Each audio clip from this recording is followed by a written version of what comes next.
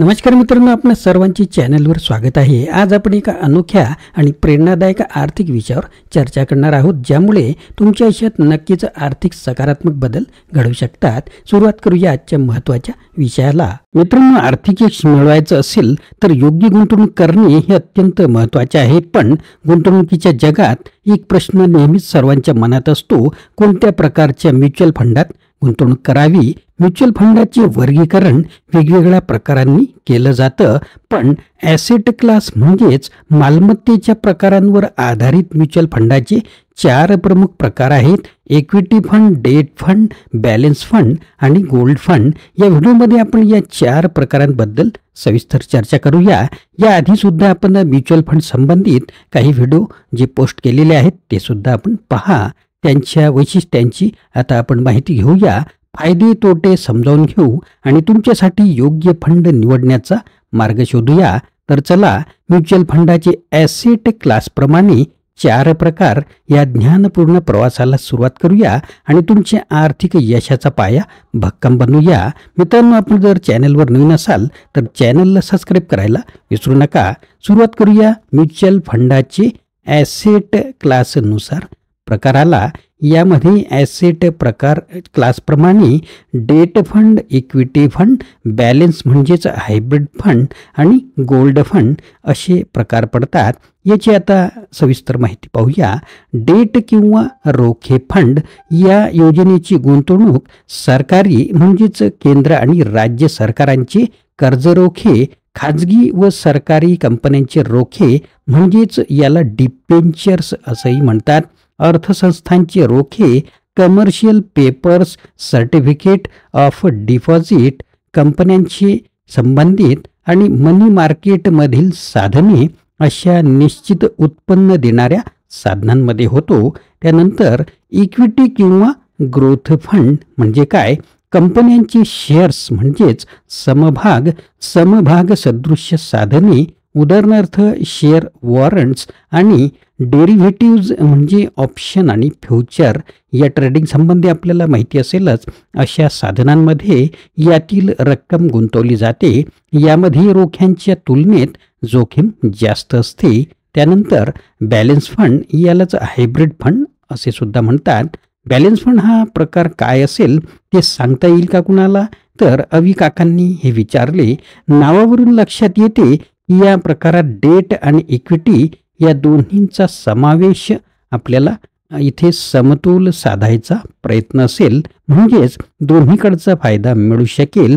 एका ज्येष्ठ नागरिकांनी उत्तर दिले, बरोबर, समभाग, शेअर्स, रोखे, डेट आणि काही वेळा सोने या प्रकारांचे वेगवेगळ्या प्रमाणातले मिश्रण यात असते। म्हणजे आपण जसे थंड आईस्क्रीमवर गरम चॉकलेट घालून खातो ना, लगेच नीताची प्रतिक्रिया सर्व तरुण वर्गाला आवडलेली दिसली।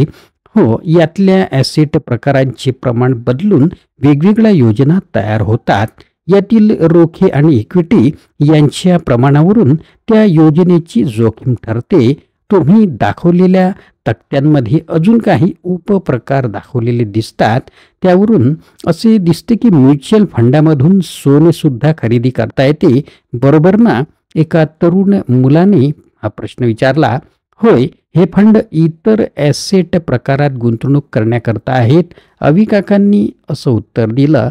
त्यानंतरचा प्रकार गोल्ड फंड, प्रत्यक्ष सोने या धातूमध्ये गुंतवणूक करणारी या योजना आहेत। नेहमीच्या इक्विटी योजना कमोडिटीज जसे लोखंड, तांबे, ॲल्युमिनियम हे धातू, साखर, सिमेंट इत्यादी उत्पादन करणाऱ्या कंपन्यांचे शेअर्स खरेदी करतात, प्रत्यक्ष कमोडिटीजमध्ये नाही।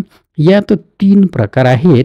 पहिला प्रकार गोल्ड एक्सचेंज ट्रेडेड फंड, म्हणजे फक्त सोने या धातूमध्ये गुंतवणूक असलेला व सोन्याच्या बाजारभावाप्रमाणे युनिटची किंमत असलेला हा एक्सचेंज ट्रेडेड फंड, यालाच ETF म्हणतात।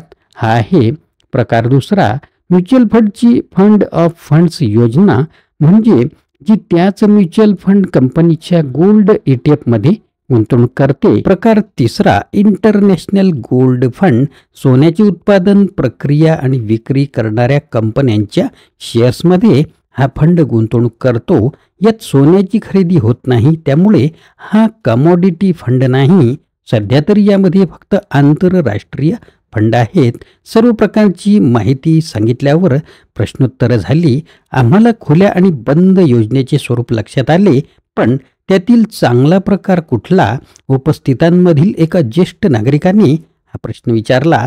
यात चांगले किंवा वाईट असे काही सांगता येत नाही. बंद योजनांची कामगिरी खुल्या योजनांपेक्षा अधिक चांगली असते असेही काही नक्की दिसून येत नाही. त्यामुळे तुमची गरज काय आहे आणि ती कशाने जास्त पुरी केली जाते यानुसार ती योजना निवडणे योग्य होईल.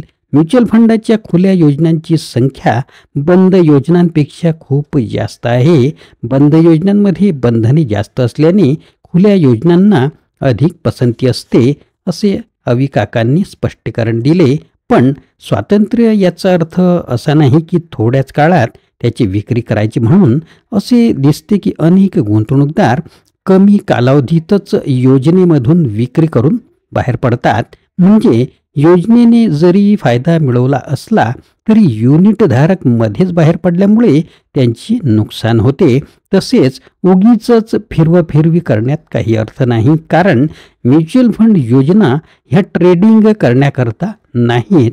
मित्रांनो, महत्त्वाचा मुद्दा आहे की आपण ट्रेडिंग करतो तो वेगळा मुद्दा आहे आणि म्युच्युअल फंड किंवा SIP मध्ये गुंतवणूक करतो हा वेगळा मुद्दा आहे. शंका समाधान झाल्यावर अवी काकांनी त्यांचे भाषण संपवले.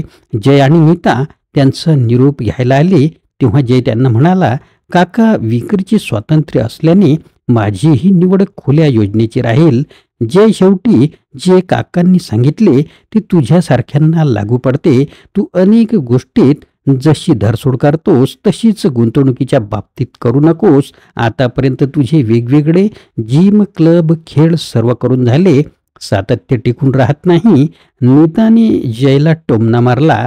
अवी काकांना वाटले की आता जय चिडणार, पण आश्चर्य म्हणजे त्याने चूक मान्य केली आणि तो म्हणाला, अवी काका, आता धरसोड नाही. गुंतवणुकीतले आणि व्यायामातले दीर्घकाळाचे महत्त्व मला अगदी पटले आहे. छान. आपल्या पुढच्या भेटीत आपण इक्विटी फंडाची माहिती करून घेऊया. तर मित्रांनो, अशा प्रकारे अत्यंत सोप्या भाषेत लेखकांनी आपल्याला इथे माहिती दिली आहे. म्युच्युअल फंडाचे ॲसेट क्लास प्रमाणे 4 प्रकार: equity fund, debt fund, balance fund आणि गोल्ड फंड यांची सविस्तर माहिती आपण या व्हिडिओमध्ये घेतली. या प्रत्येक प्रकाराच्या वैशिष्ट्यांमुळे तुम्हाला तुमच्या गुंतवणुकीसाठी योग्य पर्याय निवडणे सोपे जाईल. म्युच्युअल फंड हे केवळ गुंतवणूक नव्हे, तर तुमच्या आर्थिक स्वप्नांना पोहोचवण्यासाठी एक शास्त्रीय आणि व्यावसायिक साधन आहे. त्यामुळे आपल्या उद्दिष्टानुसार योग्य फंड निवडून त्यातून आर्थिक यशाचा मार्ग मोकळा करा. तुमच्या आर्थिक यशाचा प्रवास यशस्वी हो, हीच आमची चॅनलकडून शुभेच्छा. मित्रांनो, आशा आहे की तुम्हाला हा व्हिडिओ आवडला असेल. कृपया लाईक करा, शेअर करा आणि तुमच्या मित्रांसोबतही हा व्हिडिओ शेअर करा. चॅनलला सबस्क्राईब करा आणि आमच्यासोबत या शिक्षणाच्या प्रवासात सामील व्हा. पुन्हा भेटूया अशाच प्रकारच्या आगळ्या वेगळ्या व्हिडिओमध्ये. धन्यवाद.